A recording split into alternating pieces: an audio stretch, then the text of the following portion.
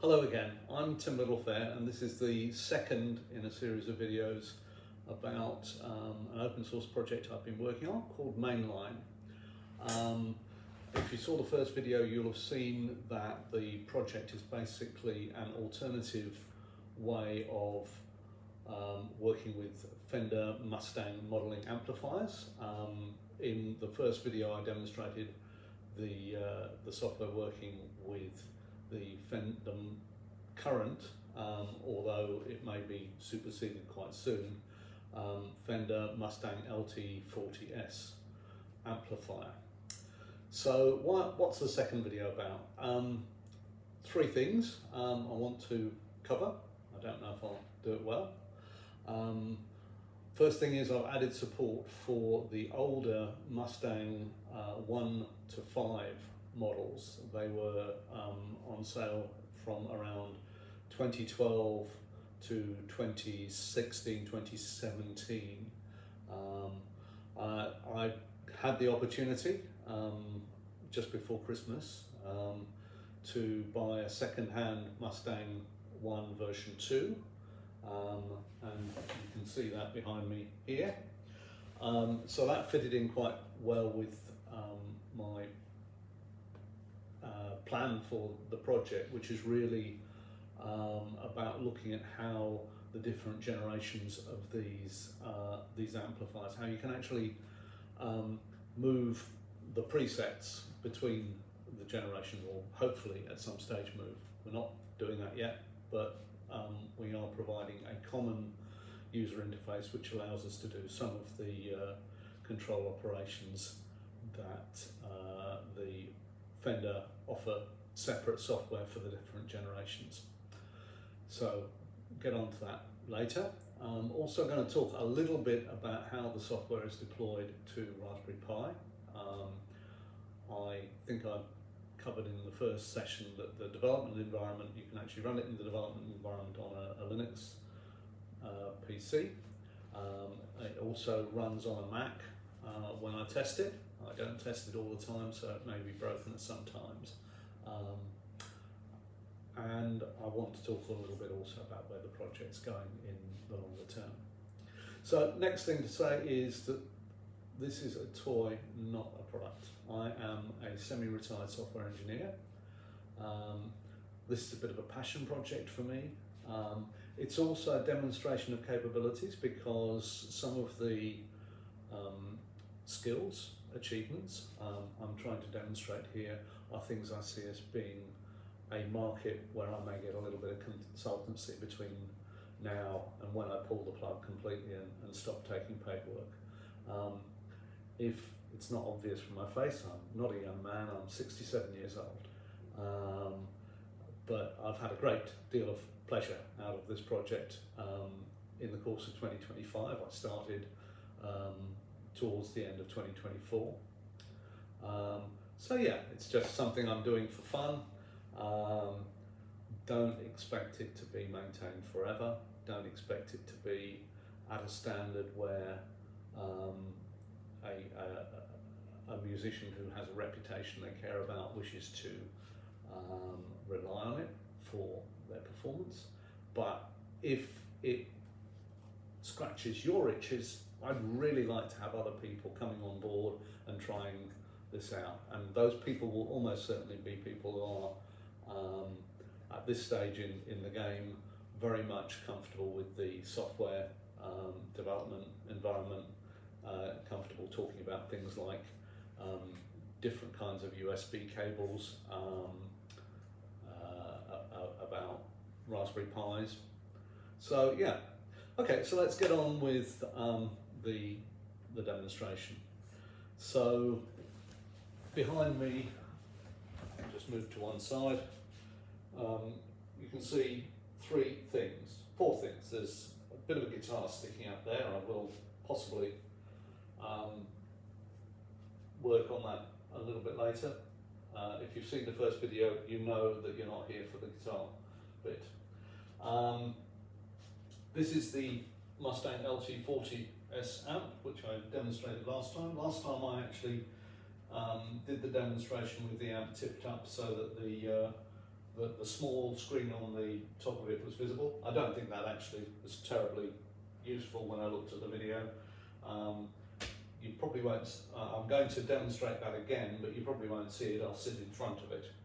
It's pretty boring. This is a Mustang 1 version 2 amplifier. It's the bottom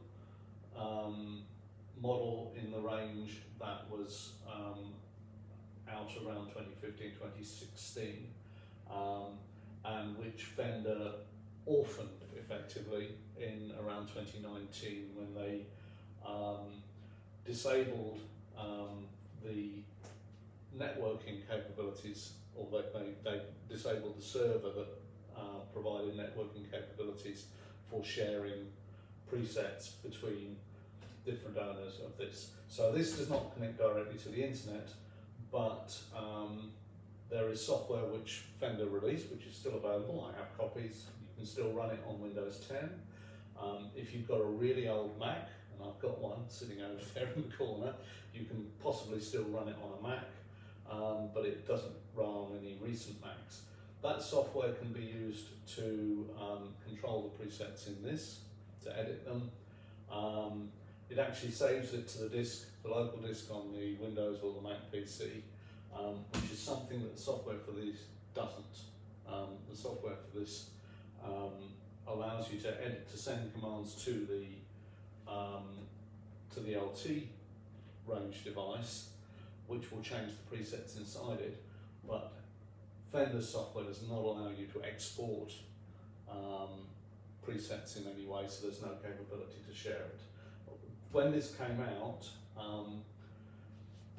a lot of people, and probably more on the higher end models in the same range, with Mustang Roman numeral 3 to Roman numeral 4 and Roman numeral 5, were saying this is the devices in this range gave a sound quite comparable to the more expensive analog individual amplifiers which it was simulating in software. So it's a little bit of a software eats the world story. You can call it shitification if you like, what Mustang did towards when they phased out this model. I also have a bit of sympathy for them because yeah, it's possible that they were worried that it was going to cannibalize the market for their high-end prosumer and low-end professional products. So obviously not this one, this is the bottom of the range. But yeah, so that's those two things. This is an elderly monitor. I've turned it around to the back and you can see on this square orange thing here, that's a VESA mount. Bit of nerd terminology there, I did warn you. So it's a VESA mount screwed to the back of the monitor, and on that VESA mount I've screwed down a Raspberry Pi 02W, and the Raspberry Pi 02W has 3 connections going into it. One of them is an HDMI connection, which goes through all of this cabling down here and connects to, that's actually an HDMI to DVI converter, because this is an old monitor and it doesn't have HDMI natively.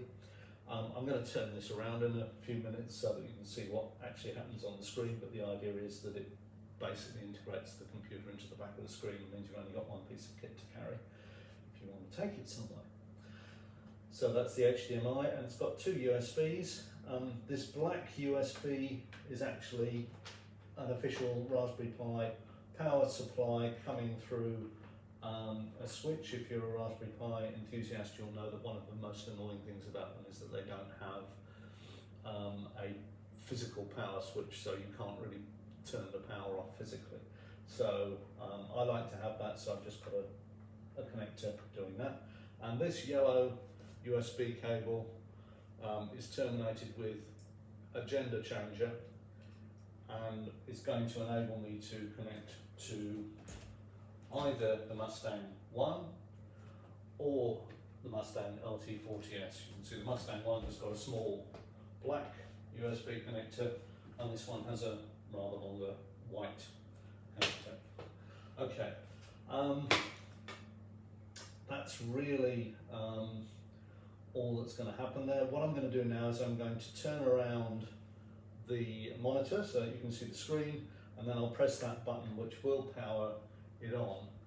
Before I do that, I'll just say that one of the things I want to discuss here is the method I'm using to deploy software to the Raspberry Pi. I'm using a framework delivered by a company called behaviour, or Balena, I think is their normal name. They have a free tier. Their business is founded around supporting deployment of software to IoT fleets. They have a free tier which you can put up to 10 devices in. Obviously, this is not an application where any single user is going to use anywhere near 10 devices. I've got no ambition to run it as a software as a service, sell it or anything like that, so 10 devices. Very grateful to Balena for the infrastructure they provide. Basically, it runs a cut down version of Docker inside the Raspberry Pi. That's a 512 meg RAM CPU on a chip, and there is a hypervisor, and the hypervisor has also got in it some infrastructure which hooks up to Balena servers, and you can on the server build a payload and say send that payload to the device, and the payload becomes a Docker image, or it can be more than one Docker image, and the Docker image runs on the software. So it's a lot easier than if you're used to Raspberry Pis, you find yourself working with these little US SD cards. That's I think 32 gig SD cards, pulling them out, putting software on, cleaning it. It's a very nice way of a framework for upgrading your development effort. I'm sure there's other ways of doing it, but that one's, for me, it's pretty good. So I'm going to turn that on now. Sometime around now when I edit this video, I'm going to put up a browser window, which will be over there. And when I do, I hope you'll be seeing the browser window will have the control UI from Balena's web server, and we will see on the browser window that there are 3 devices in this, what's called a Balena fleet. So I have 3 devices that I can deploy this software to. 2 of them are Raspberry Pis, 02Ws, so they're quite low power. One of them is slightly more, is a Raspberry Pi 4, so it's just slightly more powerful. I've demonstrated these before. I can't remember which of these 2 I used before. They've both got LCD screens on them. And what you see on the monitor here will come up on the LCD screen if you've got the LCD screen connected, but obviously with that one tied to the back, it doesn't need an LCD screen. And I'll apologise in advance because I'm not absolutely sure that there won't be some dodgy behaviour arising out of the fact that the software for updating an LCD screen doesn't yet attempt to detect whether there's actually an LCD attached. And I have seen a couple of random reboots in the last week or 2 which may be related to that. So if that happens, so be it, it's going to happen. Right, so I'm going to turn this around.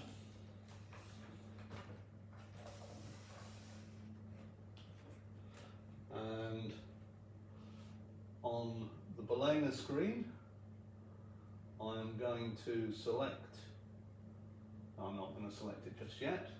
On the Balena screen, I'm going to reach behind, find the little power supply controller, and turn on the Raspberry Pi.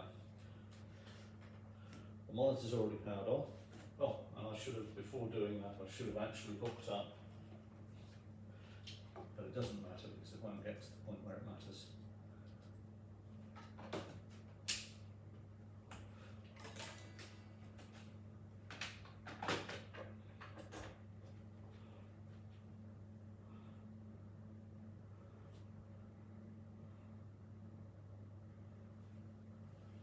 I shall strum a little while we're waiting.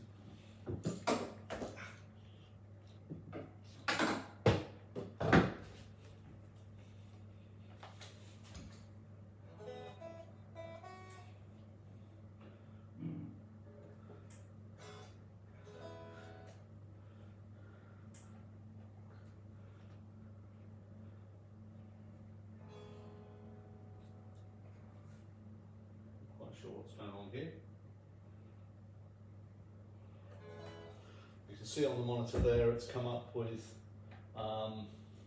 display. It's a bit of an empty display at the moment because it hasn't detected the information it's going to be showing.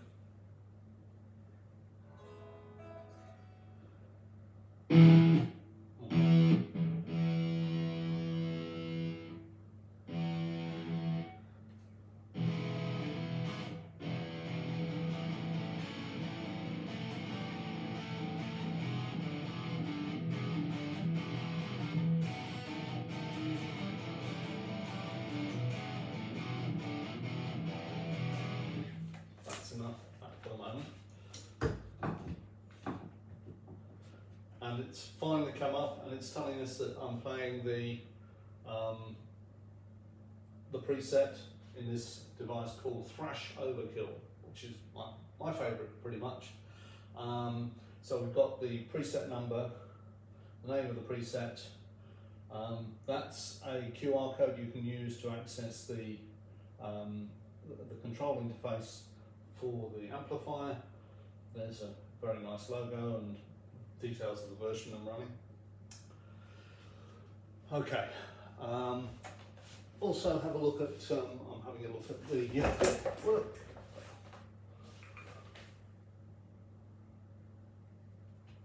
Excuse me. You can see that on the page here we have a device which is up and running. I'm just going to select that device, and it's got, this is a device on the back of the monitor, so it's got details of that, and it can actually show me the log of the console of that. So all of this is output, which goes on would have gone onto the console if I'd been running this from the command line on my Linux development environment. So I'm going to have a quick look at Maneline. So hopefully now we have the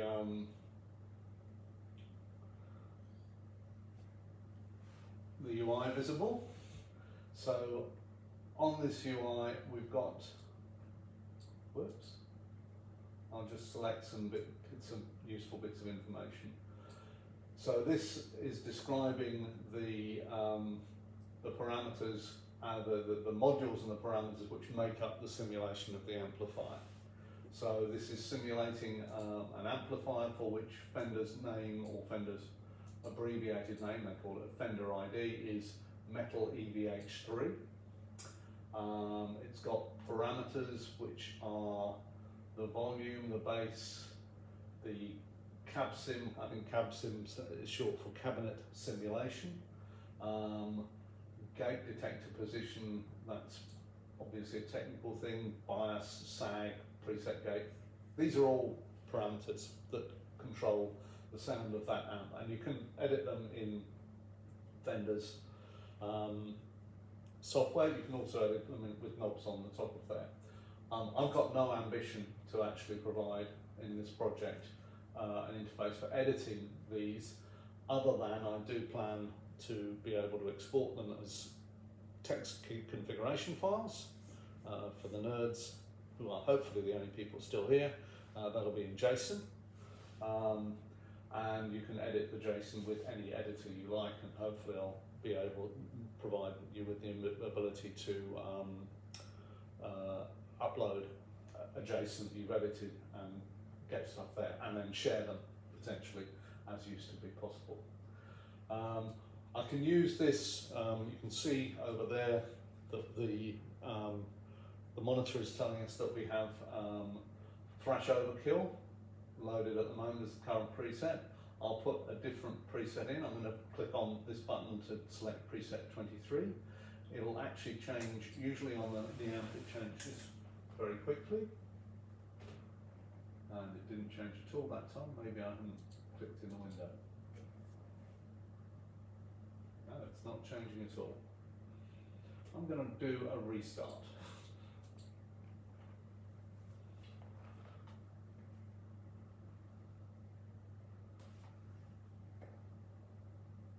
Okay, it takes a couple of, while we're doing the restart, I'll just watch the console output here on the video, so that should be over that. It's very confusing. Okay, so we can actually see that what it's doing at the moment is it's exited from the program that was running. It's come back in again, and it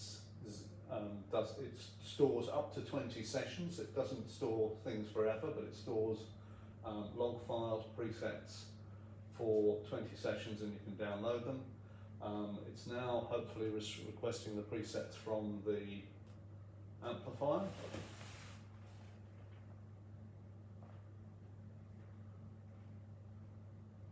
And usually it comes back quicker than that.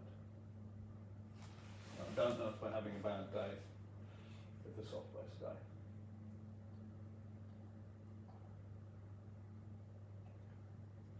Just see what's. Oh! It did come back. So it's a bit sluggish. I'm not quite sure what's going on there, but it has finally come back, and that's, if you run this on the command line on the computer, you can actually put commands in text. Okay, so I'm going to see if I can change it now to Nice Flanger, which is preset 23. And this time it did change, and you can see it changed on here. So that should be behind me. And you can also see that it's changed on there. So that's what it does, different preset. And you'll see in the lower half of the monitor there, there's just a description of the names of the, in this case there are 4 simulation modules and a module called pass-through, which is a simulation module which does nothing.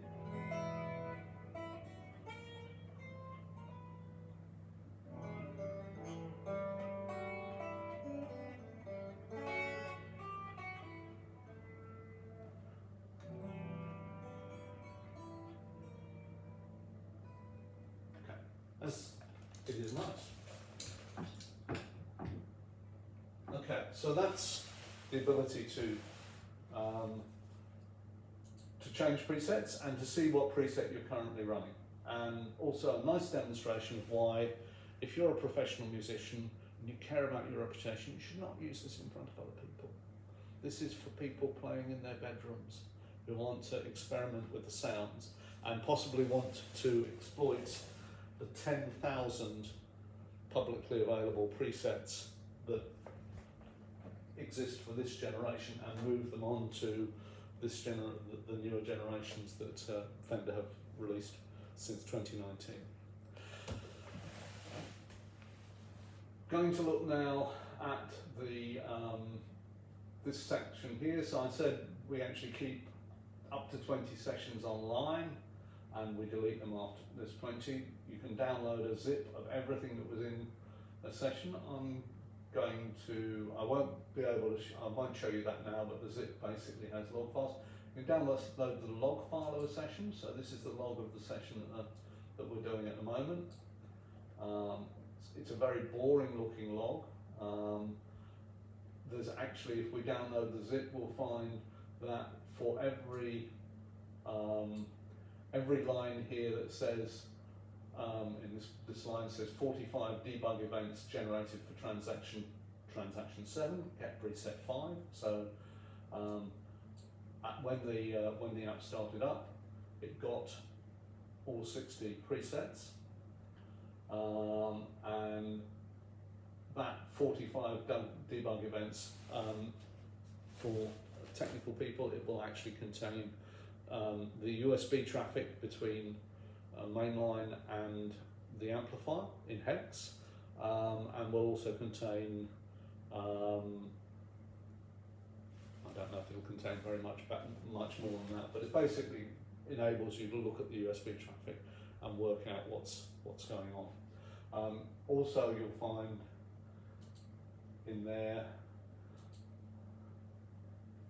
that we actually get a table. At the moment, this table is less useful than it could be, because these columns are supposed to contain the names of the effects, and in the course of doing some remodeling, I needed to change where I was getting those from, and I haven't put them back in.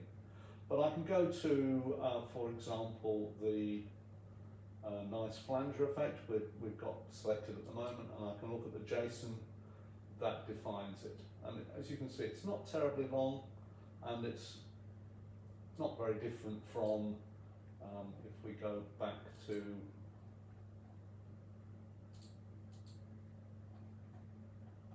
this signal chain information for the current signal, it's obvious it's pretty similar. So that's where I got up to with the LT40S. I'm going to switch the Raspberry Pi, I'm going to leave this Raspberry Pi running. I'm going to switch the LT40S off now, plug in and switch on the Mustang I, and we'll have a look at whether it can do some similar things, hopefully.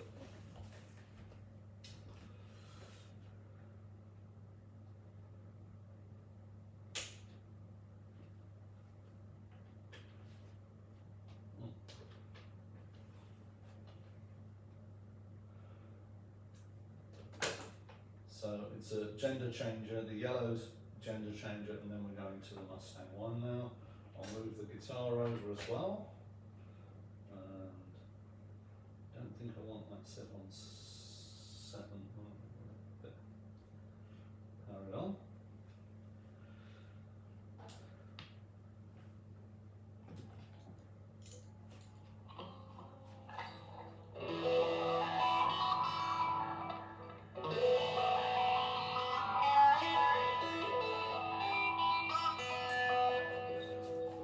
Okay, so if we look at this screen, it hasn't changed. It doesn't know that we've actually changed anything.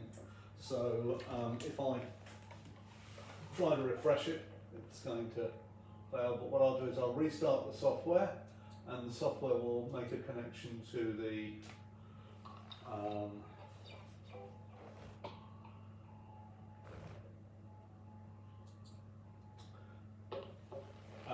Mustang I, and it does take quite a little while to warm up. At the moment, the console says wait 5 seconds for the presets to be downloaded. It's took quite a bit more than 5 seconds with the LT40S, and it will take even more than that. Oh, you see that it has actually detected now that it's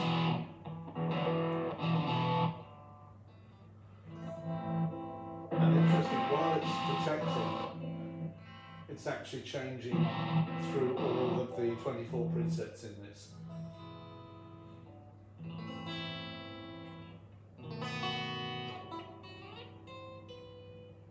And unfortunately we get a bit of flashing on that screen at the moment. I haven't really got it down so that we just, when it changes, we get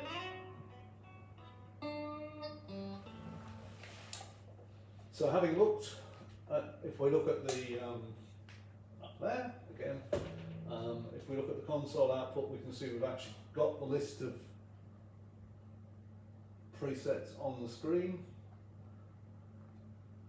So if I go back to the web UI now, there, and refresh it. It's now saying that it's detected for nerds. It's a different USB vendor ID and product ID. The product is called a Mustang amplifier. I don't believe that Mustang are using different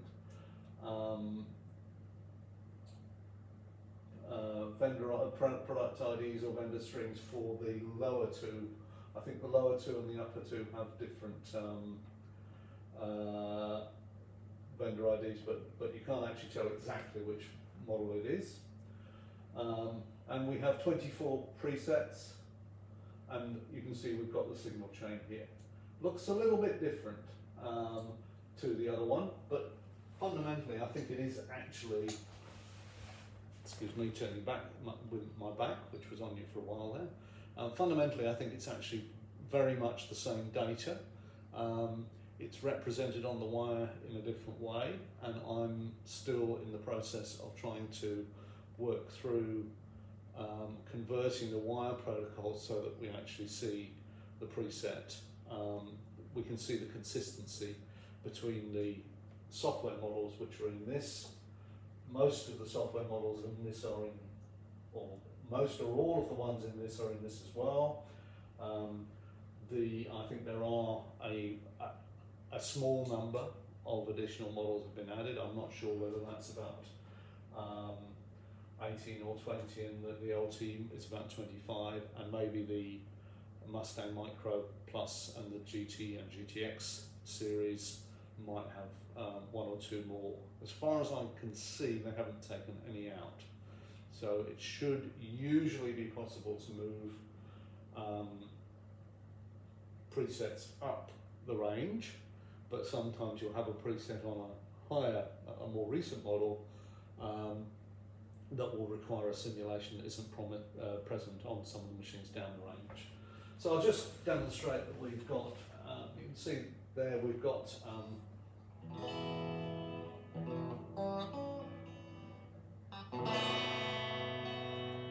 a preset called What the Something. I don't love all of the presets here to the same extent that I was very happy with some of them in the LT.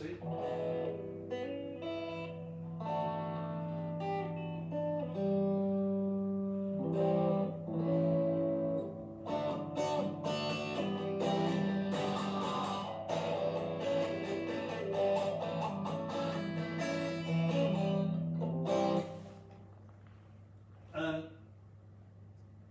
up here, you'll see the signal chains. It's similar. I'm working through the naming of the parameters, and if we look down here at the presets, I might look at that one.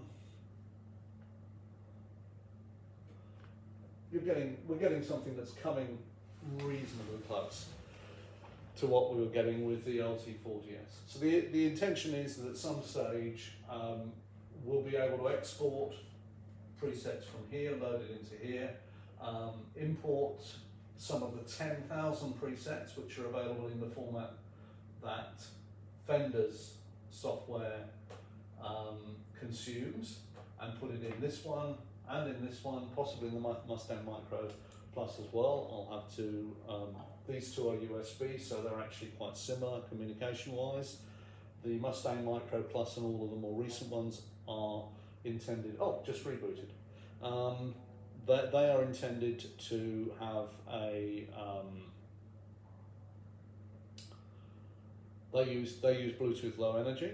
I've been able to capture snoops of the communications, and there's no reason why it shouldn't be possible to extend the app to handle those as well. Really like to, because obviously the Mustang Micro Plus is highly portable, which means that I can take this to places other than my bedroom.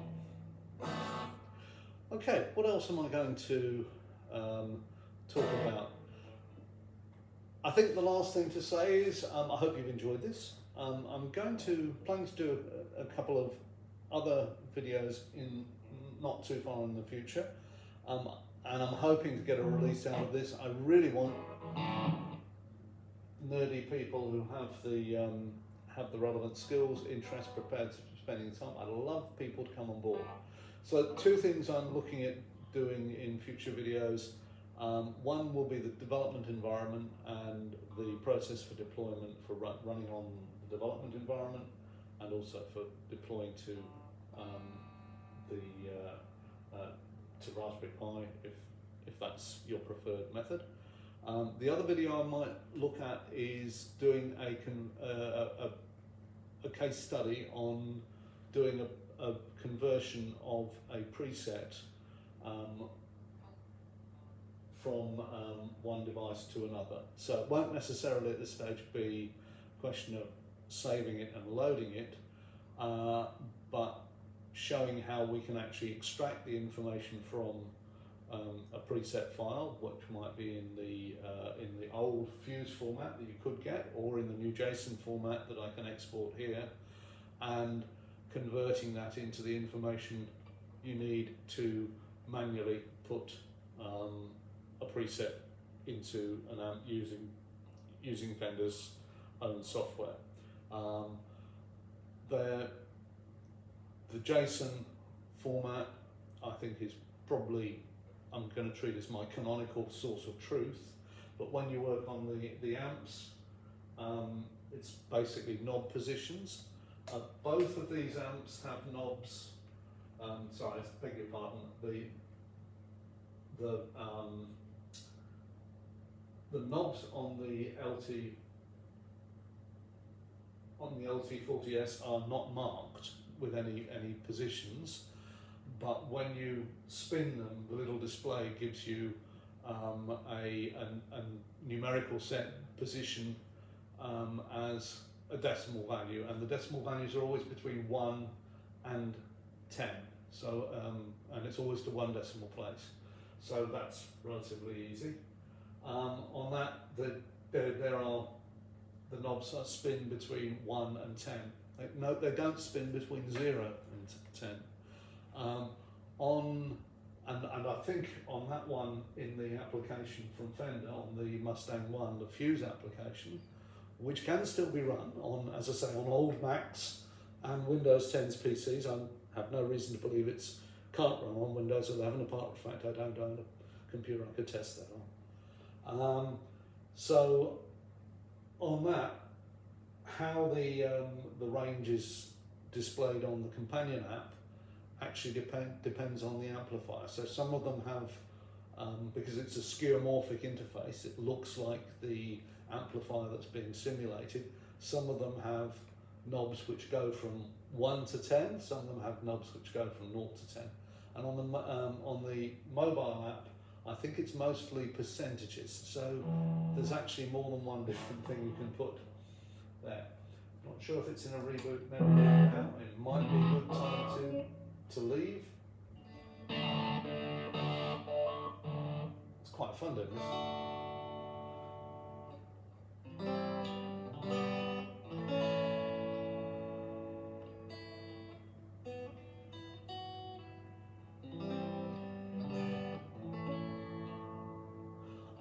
I hope you've enjoyed this. I have no idea whether this will give much enjoyment to other people.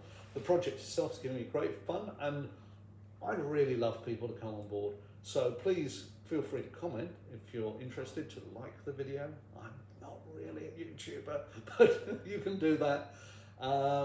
And the notes will include a link to the GitHub page, and if you're of a technical nature where that is something that means something to you, I'd really love you to go and check it out and have a look. And that's it for now. Thanks very much.